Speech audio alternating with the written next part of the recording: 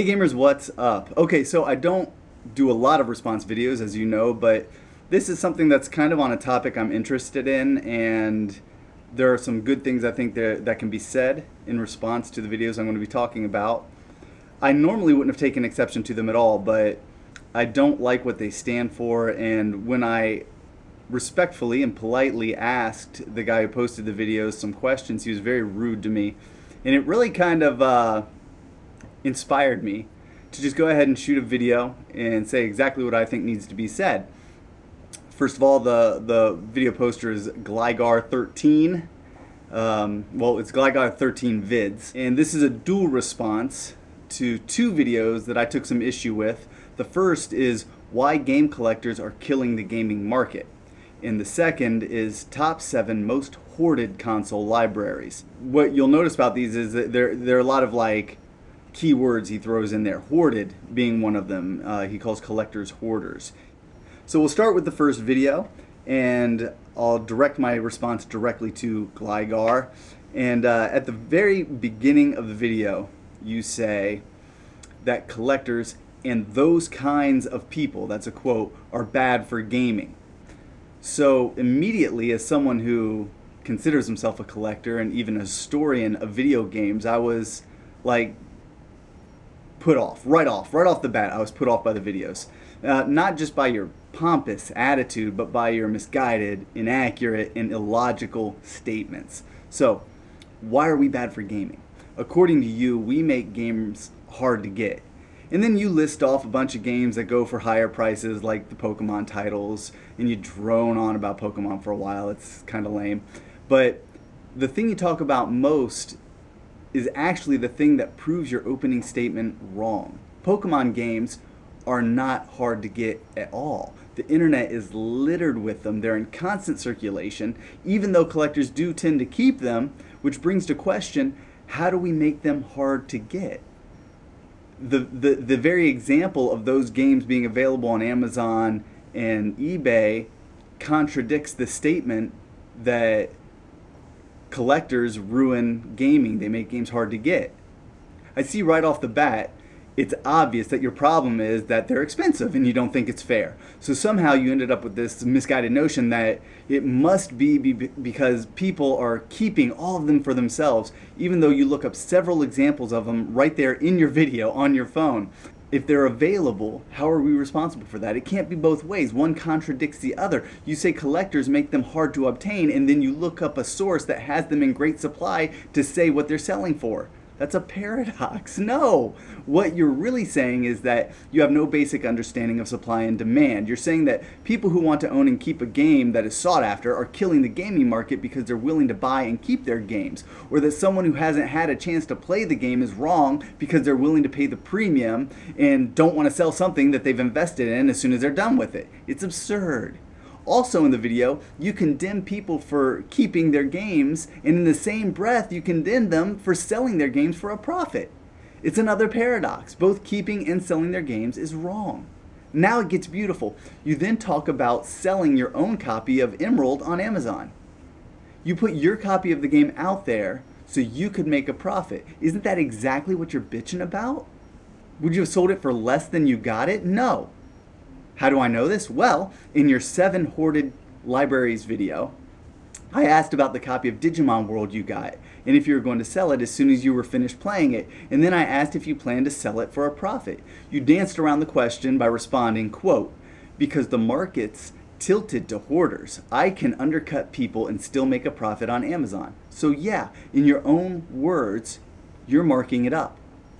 Now if the next guy to buy it does the same thing, buys it and then sells it for a profit, and then the next guy, and then the guy after that, and so on, you will be part of the system that drove the price up. Now I'll say right now, I don't have a problem with marking it up and making a profit. That's what I do for a living. But I think you're quite the hypocrite if you're perfectly okay with being part of the system that you're speaking out against. If you meant what you say, then you would break even on every game you sell and expect everyone else to do the same. That's not the case though, is it? You do the same thing everyone else does. When you sell something, you want the most value out of it. You want a profit. Even though you're undercutting, you're still ensuring that you make money on the deal. So some collector, gamer, online shopper, someone who wanted the game that you sold, whether it was your Digimon World or your Pokemon Emerald, whoever bought it when you put it up for sale, made that profit possible for you. And these are the exact same people you slam in your videos. And of course, I agree you shouldn't have to overpay for a game at all. But let me also add that the words overpay are subjective. What you consider overpaying may be reasonable for others. Who are you to say one way or the other? Want to feel like you're spending less? Then get a better job, make more money, I don't know. And of course, there's also a simple way to keep from having to pay more for the games that you have owned in the past or intend to own in the future. Don't feed into the system and sell your games in the first place. Keep your games. And if you never have to pay more for them in the future, you'll be happy. That's why a lot of collectors keep their games, because the value can go up and they don't want to be without their favorite titles later on.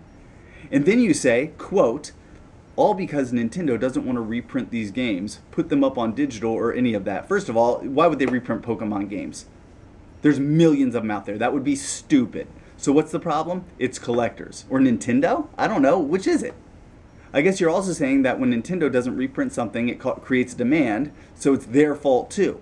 So why isn't your video called Developers Are Killing the Video Game Market instead of Collectors? You also talk about piracy. For the record, collectors that buy and sell games on Amazon do not create piracy. Profiteers and scam artists do that. They do it because something is popular and they can make a profit. But somehow that's the fault of the collector? A gamer is at fault because they want to play a game? Is that what you're saying? I don't know. Do you think that people selling bootlegs are collectors? It gets really good at the 541 mark of your video when you say, quote, I see these people talking about how like piracy is bad and stuff. And here's the thing. They go around and they're the ones, which is why I have to pay so much for used games. What? That doesn't even make sense. I don't even know what that means. You obviously don't like piracy. You say as much, but that statement is pure nonsense. Then, in the comments on this very same video, in response to a guy who said he keeps his games to play and to pass on to his children, you said, and I quote, if you really gave about passing them on, you'd buy an external drive, grab image burn, and make copies. And then you said to me, if you give a about preservation, go and join an emulator project. Go help MAME mess projects, dump your games so images will keep them around. Write emulators to document the hardware or something. Dude, that's piracy.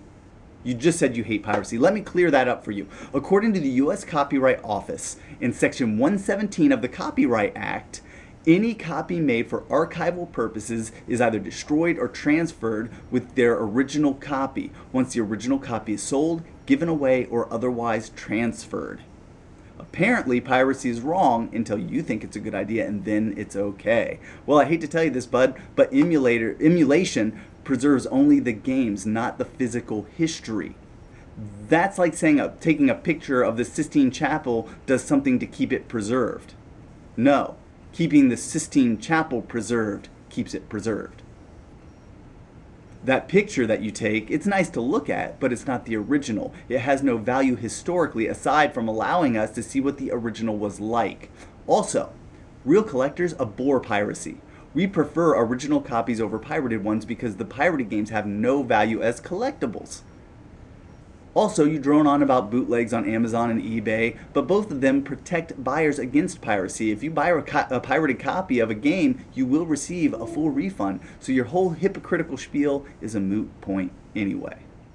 Now we start to see that the whole video is kind of nonsensical and out of whack. Think about it. At the beginning of the video, you complain that collectors ruin the gaming market because the prices of some games are going up. Then you chastise Nintendo and other companies because they don't reprint games that are popular. Then at the 510 mark, you start complaining that some valuable games were reprinted and their value went down. Make up your mind. Something you also don't seem to understand is that when a game gets a reprint, this is something that requires a financial investment. They have to weigh the value of a re-release against the possibility of either making a profit or taking a loss. Games do not get reprinted if there's no money to be made. This is business, not the Salvation Army. So yes, Xenoblade and Metroid Prime Trilogy got reprinted because the demand was high enough. Then the games were more available to the gamers who want to play them. My question is, what the hell are you complaining about? That's a good thing for gamers who don't want to spend too much on games. You cite Panzer Dragoon Saga as an example of a hoarded game. You imply that it costs so much because of collectors. Panzer Dragoon Saga is not expensive because of collectors. It's expensive because when only 30,000 copies of a phenomenal game are released, the demand for it is high, especially 16 years later. That's not the fault of collectors. Again, that's just supply and demand. It holds true for any industry. When something is rare and sought after, it automatically gains a higher value than it would if it were in great supply. That's why sealed vintage games sell for more than they do when they're opened. Or do you think it's because people hoard new games? Can they play them? No. So why buy it if you don't buy it to keep and preserve? You're not buying it to open it and destroy its value. Or do you think people who keep sealed games are also ruining the market? Should I open my new games? Like I get a vintage copy of a Nintendo game and I should just open it right up? Should I destroy its historical value so it'll be more available for you in the future in the hopes that one day my copy of a sealed game will magically drop the average price of all the games because I opened it? You know that's stupid, right? Now let me answer a couple of your questions. You were talking about the negative side of buying expensive, rare collectibles and asked, what if they buy it and don't like it? Well, what if you buy a car and you don't like it? What if you buy a house and you don't like it? What if you buy some new Jordans and don't like them? As with anything else, do some research before you buy it. Look at it, find it for a good price, or the obvious answer with video games, you can of course resell what you bought if you don't like it and get your investment back out of it. Then you ask, what if they get buyer's remorse?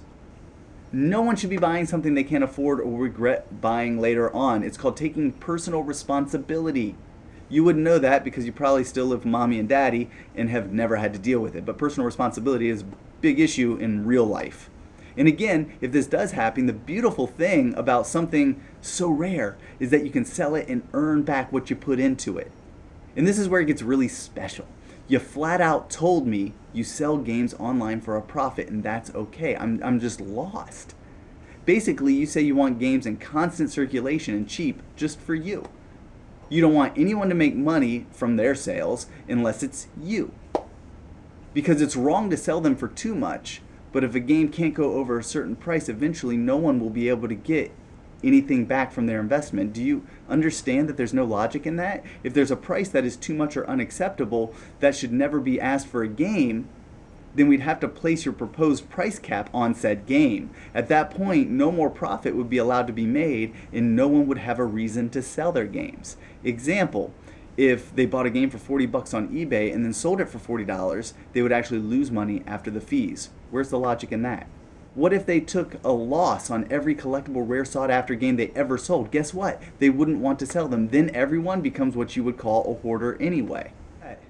This is a rule of economics. The demand for a game dictates what people are willing to pay. If it's rare, it will increase no matter what. In fact, the more it sells, the more it will sell for a greater price, and the more it will increase in value until it naturally reaches a cap of its own. Collectors don't dictate what a game sells for, buyers do. The proof of this is simple. Put a used copy of Stadium Events, cartridge only, on eBay with a buy it now for $10, and it'll sell immediately. I'm willing to bet it wouldn't last 5 minutes. Now, put the same auction up for $90,000, and it'll sit and sit and sit unsold because no collector will pay that much for it. Meanwhile, copies of the game selling around these two auctions will still maintain their average prices. The $10 auction won't bring their value down, and the $90,000 auction will not bring it up. And that's why they cost what they cost, because the market dictates value based on what the consumer, collector, gamer, or whoever is buying it is willing to pay at the time of its sale, regardless of how many copies are actively in circulation. Who owns it is not an issue. It has to be owned by someone at all times, whether they're a collector or just plan to play it once and sell it. On a separate note, here's something you obviously don't understand. The fact is that a lot of us collect to preserve video game history. That's what's good about collectors. We take the time and initiative to properly obtain, catalog, and keep preserved what we find to be historically significant video games, consoles, etc. Some of us would even consider what we do a service to gaming in the gaming community. And yes, some of us just like to have a great gaming library. It's a perk. Now, on to your second video. Top 7 most hoarded console libraries. It's really more of the same rambling, but with a focus on the word hoarded. You name off a ton of rare and sought after titles, You say they're selling and they're too expensive because they're being hoarded. But the first thing I wanted to address is that if you want to call a collector a hoarder, that's fine. I don't care. But there's a key word in the definition of hoarder that makes it wrong in this context, and that word is hidden. In every definition of the word hoarder, you'll find the word hidden or hide. Collectors do not hide their obsession. You're therefore not hoarders by definition. Now, if you want to use the word incorrectly, that's fine. Go ahead, feel free. But I just want you to know you should really start looking in a dictionary before you start throwing around words that you don't even understand in a derogatory manner, because you know the negative connotations attached to that word and you're just trying to be offensive. Well, you failed. In this video, we find more of the same lack of understanding of the basic principles surrounding supply and demand. You mentioned that Saturn and Sega CD games are going up in price. Yeah, of course they are. Let's use them as another example. It's very easy. The games for these systems are becoming more expensive because the number of games available for them is significantly lower. Why? Because Sega CD only sold 6 million units and the Saturn only sold around 10 million. Games for these consoles saw smaller print runs than the games for consoles like the PS2, which sold in excess of 150 million units, which on the whole, and with few exceptions, had much larger print runs. Why? Because the installed base of a console dictates the number of copies of any individual game being printed. If the console sells 6 million units, then you can't print 6 million copies of the game for it, but you can if the console sells 150 million units. So, the percentage of games that will become more valuable on rare yet popular collectible consoles within that console's library is naturally going to be higher. Logic. And yes, some games for common consoles like the PS2 will become valuable too, but only because why? They are rare, just like the games for Saturn and Sega CD. But the overall percentage of games in the PS2 library that will increase dramatically in value due to their collectability is going to be lower. See the trend here? These are the basic principles of supply and demand in action. I've already explained why this is the case, so I'll move on. Let's address what you erroneously call hoarding, which we already know is not the right word, but I'll use it because that's what you say we're doing. I ask anyone who watches this video, what exactly is the problem with a gamer who has spent the money it takes to buy said games and decides to keep them for whatever reason rather than sell them? Well, with that in mind, I asked you a question. It was, in your opinion, what is the distinction between reasonably keeping the games you buy for later play or for their historical significance versus hoarding?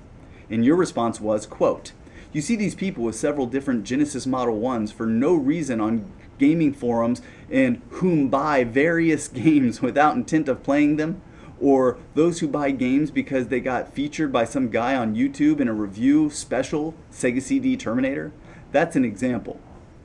Let me tell you, that's not a distinction. That's an explanation of what you think a hoarder is, surrounded by meaningless chatter about YouTube videos and completely unrelated crap.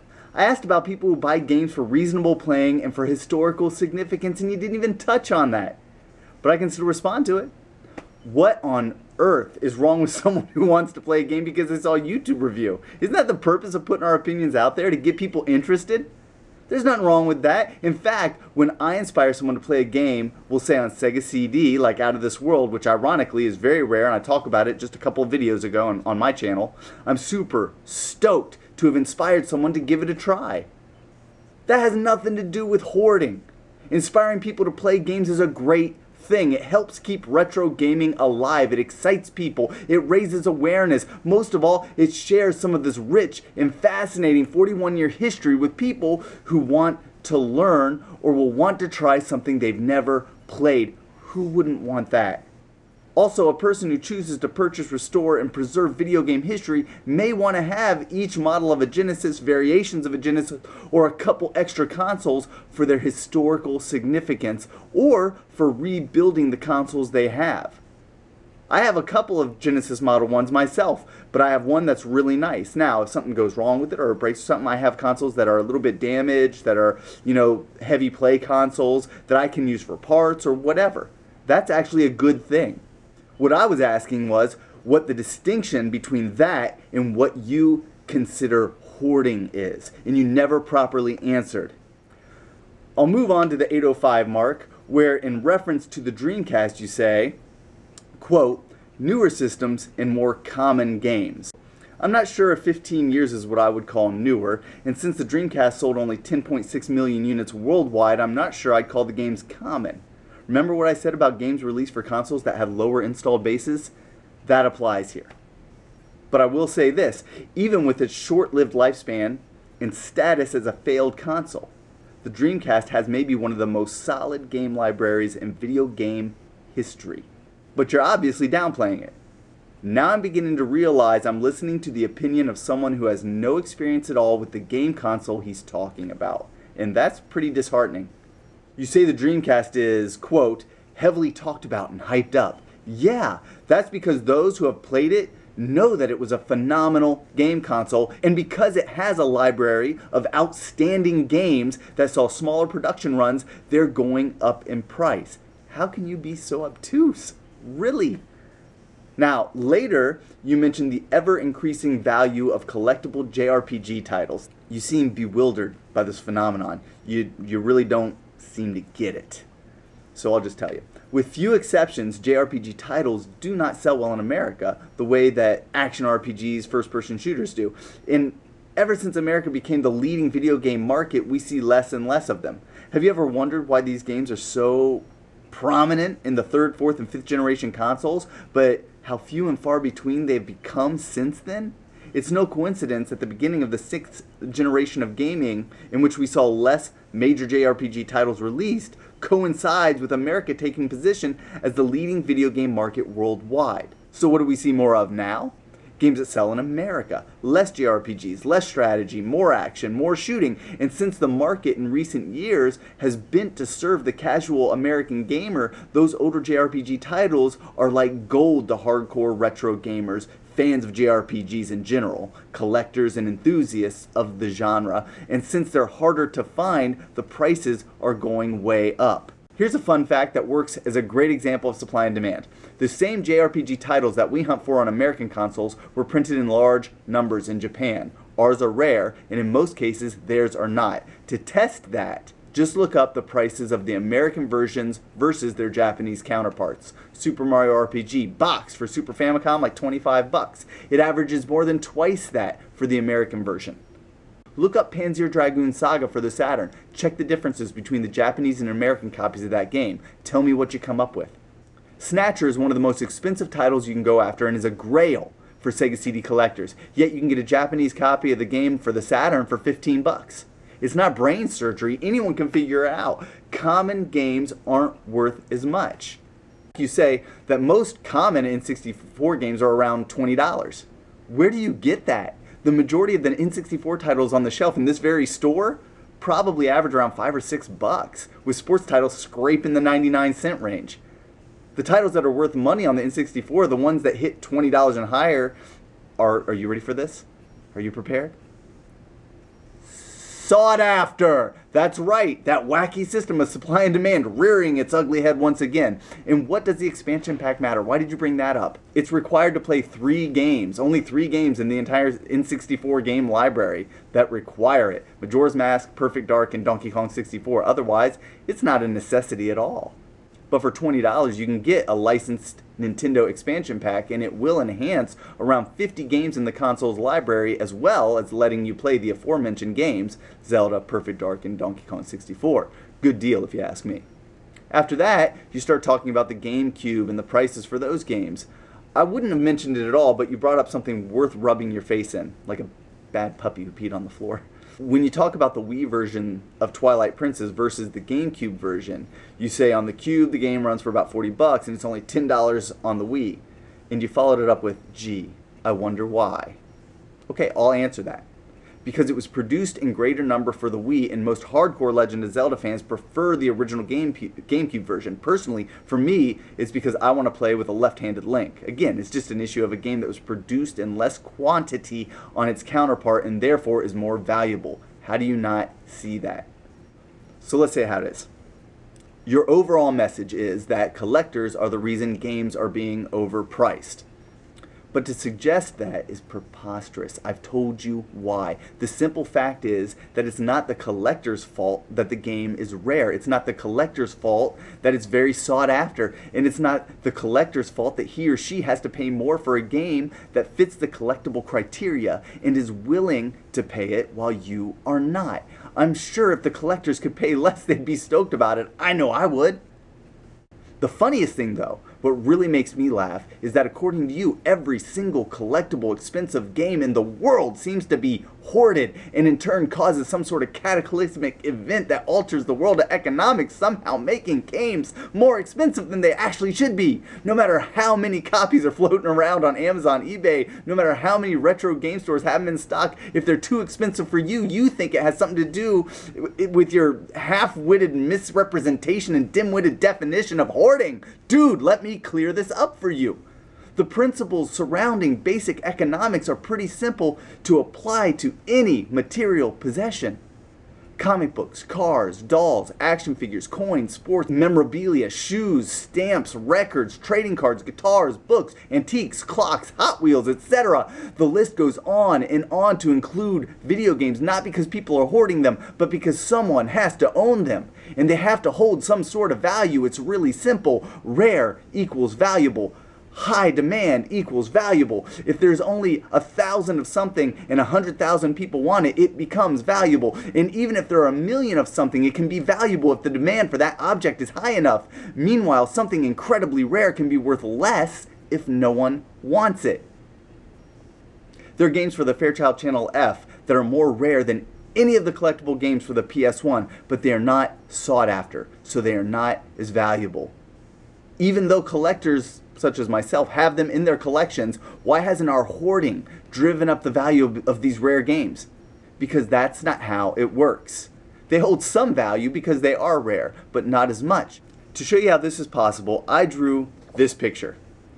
It's a self-portrait. There's only one original in the world, and it's worth only what someone is willing to pay for it. If I sell it to someone for $1, the price isn't likely to go up.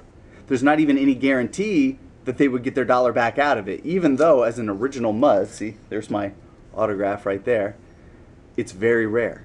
At the same time, James McNeill Whistler did a portrait of his mom, and it's priceless. Of course, it was painted about 143 years ago, and it is regarded as an exceptional work of art. Were it for sale, it would be very much sought after, not like mine. Mine will likely never be worth millions of dollars, even in 143 years. I'm not a famous artist, and my little drawing will probably never be as significant to the world of art as something like Whistler's mother is, even if I keep it all to myself and never sell it to anyone at all. It's the same with video games. There may be 7 million copies of Super Smash Bros. Melee or Mario Kart Double Dash out there, but far more than 7 million people want to have it and play it, and they keep them not because they're hoarders, but because these games have an amazing amount of replay value and they're flat out fun. If you want a game and 50 million other people want it too, then guess what? It's going to be expensive no matter who owns it and who is selling it, even if there are 1 million copies out there. Unless you find someone selling it at a yard sale who has no idea of its real value, because that's right, it has real value, even if that price is too high for you to pay. You don't have to like it, but you definitely have to live with it, because that's how things work in the real world. Step out of your basement and get a clue, man. Then, of course, we get to the games that are both rare and in high demand, even more valuable. Examples, we talked about Panzer Dragoon Saga earlier. I counted 8 on Amazon this morning and pages worth of them on eBay, as well as 95 results in eBay's completed listings, 79 sold. This is a game that saw a production run of only 30,000 copies, and I can get a copy any day I like, and that's a rare game. So how is a game being readily available keeping the price down? It isn't. In fact, the price just keeps going up. Why is that? Why is it so expensive? Because even though we see them online frequently, they are rare. 30,000 in the United States. That means that there's one for every 10,591 people here. So even though you can get a copy today, you'll pay extra for it. Meanwhile, there are games like Madden 97 for which the price will never be as high, even if I keep my copy forever. You mentioned Snatcher and blame collectors for its price at the $5.38 mark. It's these parts of your video that really amaze me. I showed you earlier that in Japan the game is readily available and you can get it for next to nothing, yet in the US, copies of the game are very expensive. Snatcher is one of the rarest and most sought after games for the Sega CD. It's also critically acclaimed. Yet, if someone wants to keep their copy of it, you say they're hoarding it and that this hoarding is causing the price to go up. How about this? As with a rare work of art, maybe the value of owning a physical copy of one of the most important games in Sega's history on the American console that it was released for warrants the higher price tag and is worth holding on to not only for replay, but as an investment. How about that? This was one fine example of why keeping does not mean hoarding. At the 720 mark, you talk about Earthbound. Not as rare as Snatcher, but very much sought after. You mentioned that you can get a digital copy of the game for $9.99 as if that's a better option. If you think that's the case, okay, go get the digital version. What's the problem there? But it does seem like you need to understand that a physical copy of a game holds a value that a digital copy never will. People keep their physical copies of the game because they want to own it, truly own it. A digital download is not true ownership. It's a legal long-term rental, and it holds no value outside of what you get from playing it. You can't sell it, trade it, loan it, give it away, nothing when you're done. On top of that, Earthbound is a stellar piece to own, and for those who want to play it over and over, it's not something they want to let go, sell off, just so they can hunt it down later on, and very likely have to pay even more to obtain it. There were only 140,000 copies of this game released in America, but it's also one of the most popular of the Super Nintendo's rare game library. Why wouldn't anyone want to own this? Why would anyone sell it if they didn't have to? And again, this isn't hoarding, this is keeping what you paid for, a piece of history, an investment. Do you think Nintendo World Championship carts are more valuable just because they're collected by gamers? No, of course not. It's because there are precious few of them, and they're desirable to those who want to own that piece of history. Why would they sell it? Just because I play a game doesn't mean that I'm somehow obligated to sell it right when I'm done just so you can play it next. Maybe I want that game. Maybe I'll play it again. Maybe it'll increase in value and I don't want to pay for it, pay twice as much for it even. Maybe I want it because it's nostalgic to me or holds a sentimental value. I find it an important piece of gaming history. All of these are good enough reasons to keep a game that I paid for, and that's beyond contestation. And here's something funny. If pirated copies of games, which you have advocated, and digitally distributed copies of games are okay in your opinion, then why are you bitching about all the prices of these games like Earthbound? You have access to cheap and even free copies of them all day long. Are you mad because you can't have your own copies of valuable and rare games to keep unless you pay the price for them? And yeah, you know you keep games too. We know this because I asked you twice if you sell your games or keep them. Your answer was basically a yes. In regards to Digimon World, I asked, you got the game, even though it's expensive, will you be selling it? You responded, either I will or I will let someone I know return it, borrow it. That's a yes.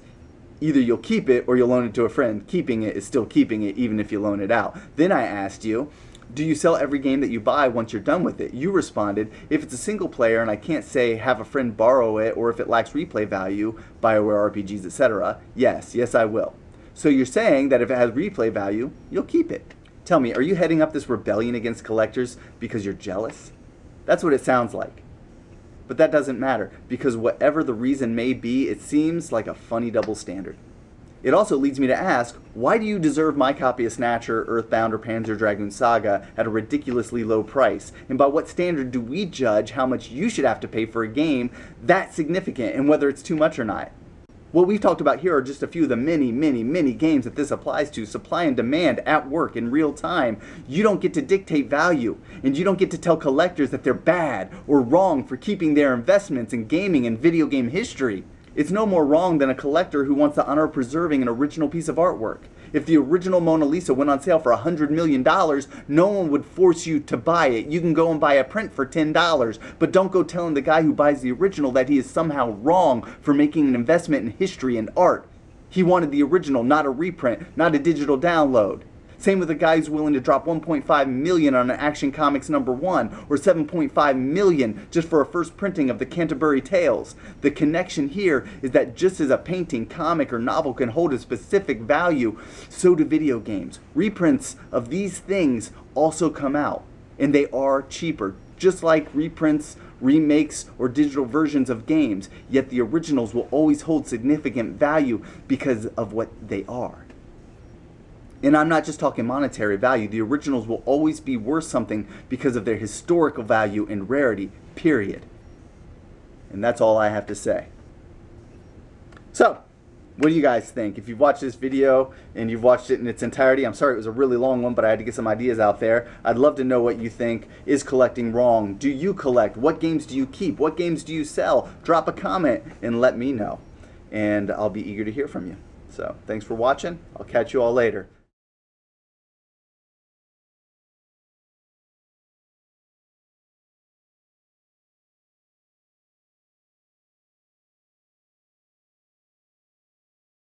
I will be selling this if anyone wants it.